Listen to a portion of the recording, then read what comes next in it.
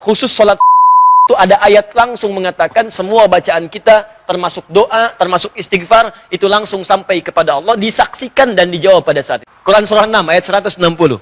Man jaa bil hasanati falahu asyru amthaliha. Siapa yang mengerjakan satu kebaikan bernilai pahala, pahalanya 10 kali lipat. Di hadis Muslim 10 kali lipat itu bukan sekedar 1, 2, 3, 4, 10.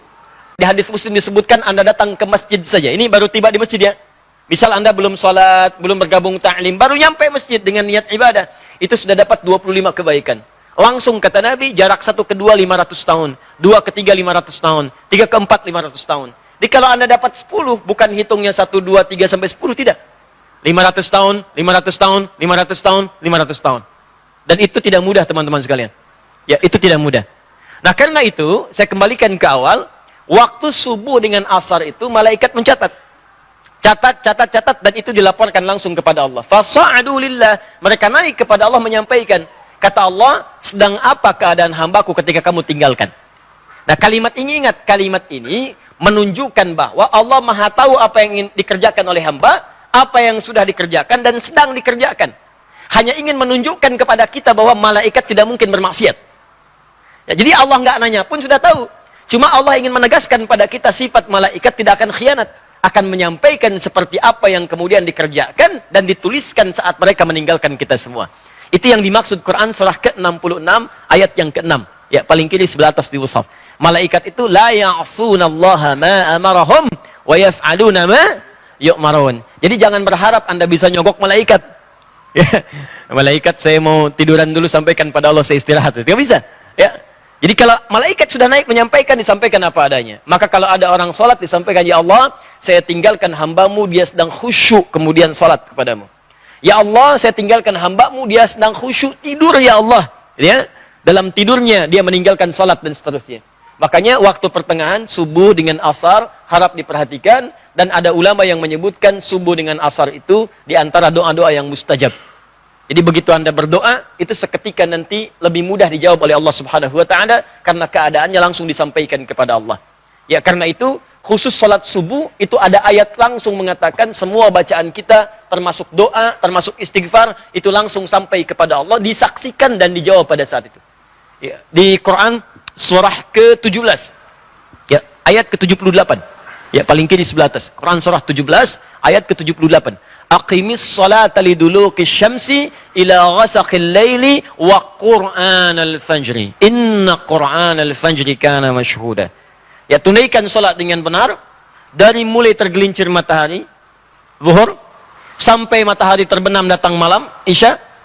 Setelah itu qur'anal fajri, khusus untuk salat subuh. Kata Allah, perhatikan dalam subuh kata Allah bukan hanya salatnya yang penting tapi semua bacaannya. Quran al-Fajri, semua bacaan di waktu subuh, ya kana masyhuda, langsung disaksikan oleh Allah dan semua malaikat. Jadi kalau Anda istighfar subuh ya, istighfar. Makanya banyak sahabat Nabi yang saya sampaikan di awal-awal kemarin, ya pertemuan yang lalu, banyak sahabat Nabi termasuk Nabi mencontohkan ba'da subuh nggak langsung pulang. Ya, duduk dulu, zikir dulu bahkan sampai syuruk. Ya, ada yang berdoa, ada yang baca Quran, ada yang istighfar. Bahkan ada orang yang sebelum subuh sudah datang memenuhi masjid. Ya, istighfar. Waktu sebelum subuh itu disebut dalam bahasa Arab dengan sahar namanya. Sahar. Ya, jamaknya disebut dengan ashar. Kelihatan ini? Belum saya tulis ya. Bagaimana bisa kelihatan? Imannya kuat banget tuh, belum ditulis udah kelihatan. Masya Allah. Sahar. Oh, jangan salah baca ya, bukan sihir, sahar. Nah, di bahasa Arab itu beda harakat, itu bisa beda baca. Jelas ya? Lihat sini. Sahar. Jami' disebut dengan ashar. Ashar. Ini waktu singkat menjelang fajar. Di kalau misalnya fajar, sekarang subuhnya, misal 4.37. Sekitar 15 sampai 30 menit sebelum fajar. Ya. Bisa dari jam 4.07. Jam 4.15 itu disebut dengan waktu sahar namanya. Ini. Jamaknya disebut dengan ashar. Nah, dalam Al-Qur'an disebutkan ada kebiasaan penghuni surga, itu yang sering istighfar di waktu sahar. Jadi kalau Anda ingin lihat ahli surga yang sedang beraktivitas di bumi, di antaranya kata Quran, lihat nih, orang-orang ini yang sedang istighfar di waktu sahar, menjelang subuh. Dan setelah tahajud. Jadi orang ini tahajud, selesai tahajud dia zikir, astagfirullah, astagfirullah, astagfirullah. Ada zikir Nabi Yunus, la ilaha illa anta subhanaka inni kuntu minadh dhalimin. Ada zikirnya Nabi Adam, Rabbana zalamna anfusana wa illam taghfir lana wa tarhamna lanakunanna minal khasirin. Ya. Ada zikirnya Nabi Muhammad sallallahu alaihi wasallam, ya, astagfirullah, astagfirullah, astagfirullah. Allahumma antas salam, minkas salam, tabarakta ya dzal jalali wal ikram, la ilaha illallah wahdahu la syarika lah, lahul mulku wal hamdu wa huwa ala kulli syai'in qadir. Hadis Muslim nomor hadis 571 sampai 573. Intinya istighfar. Astagfirullah, astagfirullah, astagfirullah. Itu diabadikan di Quran di dua surah, di dua ayat berbeda. Satu Quran surah ke-51 ayat 18. Paling kanan pertengahan di mushaf. Nah, ini disebut ahli surga yang tinggalnya di surga spesial, di taman surga. Itu kebiasaannya di bumi sering istighfar di waktu sahar. Wabil asharihum yastaghfirun. Menjelang fajar mereka banyak istighfar kepada Allah. Ya, Anda bayangkan, saking paham mereka dengan waktu fajar, mereka nggak pengen terlambat. Sebelum fajar sudah datang. Ah, ini bedanya. Ya, maaf ya, saya ilustrasikan begini nih. Kalau ada pembagian sembako, ya, plus dengan uang satu amplopnya 500.000, langsung di masjid ini, pada jam 4.37. Pertanyaan saya, Anda datang jam berapa ke sini? Jam 3, jam 2. Demi Allah saya katakan, nginep. Dari sehari sebelumnya. Ya kan? Nah, ini ada pembagian ampunan dari Allah. Kenapa nggak dikejar? Ada barakah, ada rahmat, ada pengabulan doa, ada penghapusan dosa. Ya, kan yang paling tinggi permintaan itu dalam Quran dan hadis. Yang paling tinggi permintaan, kalau Allah sayang pada seorang hamba, yang diberikan bukan dunia, tapi yang diberikan ampunan dari semua dosa. Itu ada di Quran surah ketiga ayat 31. Paling kiri sebelah atas, dengan Quran surah kedua di akhir ayat 222. Qul in kuntum tuhibbunallaha fattabi'uni yuhibbukumullah wa yaghfir lakum dzunubakum. Kata Allah, katakan Muhammad, kabarkan pada umatmu, kalau mereka serius mencintai aku, buktikan cinta itu dengan mengikuti engkau. Ikuti tuntunan Nabi. Dari mulai bangun tidur sampai tidur lagi.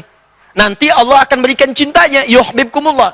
Saat Allah berikan cintanya, yuhibbukumullah, apa yang diberikan oleh Allah? Wa yaghfir lakum dzunubakum. Maka yang pertama, mengampuni semua dosa-dosanya. Makanya kalau orang sudah diampuni dosa, berubah dia jadi orang baik. Jadi kalau dosa sudah nggak ada, cirinya, ciri dosa diampuni dan sudah tidak ada, maka Allah akan menjaga orang itu dari perbuatan dosa. Nih mata misalnya banyak dosa. Taubat kita, diampuni dosa mata, maka mata tidak akan bermaksiat lagi. Di begitu akan bermaksiat, dijaga oleh Allah. Tinggalkan. Haram. Tinggalkan. Suara hati kita muncul. Disebut burhan namanya. Ya. Tangan pernah berbuat dosa, taubat, nggak akan berbuat maksiat lagi, dijaga oleh Allah.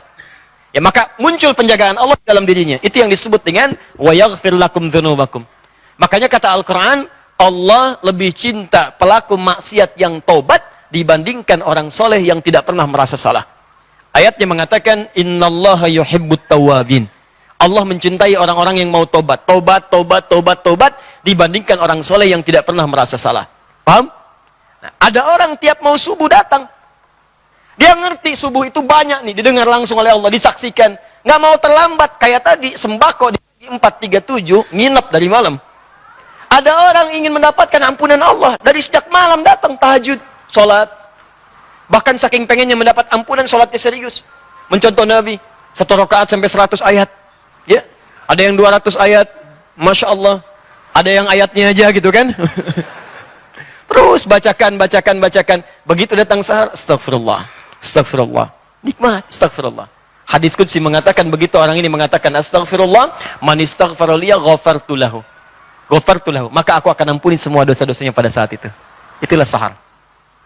Ya, makanya orang ini akan digabungkan dengan orang sabar, kemudian orang yang jujur, orang yang khusyuk dalam salat, orang yang rajin infak, digabungkan dengan 4 golongan ini akan mendapat surga yang terbaik saat di akhirat. Itu ada di Quran surah ketiga ayat 17. Paling kiri sebelah atas di mushaf. Quran surah 3 ayat 17.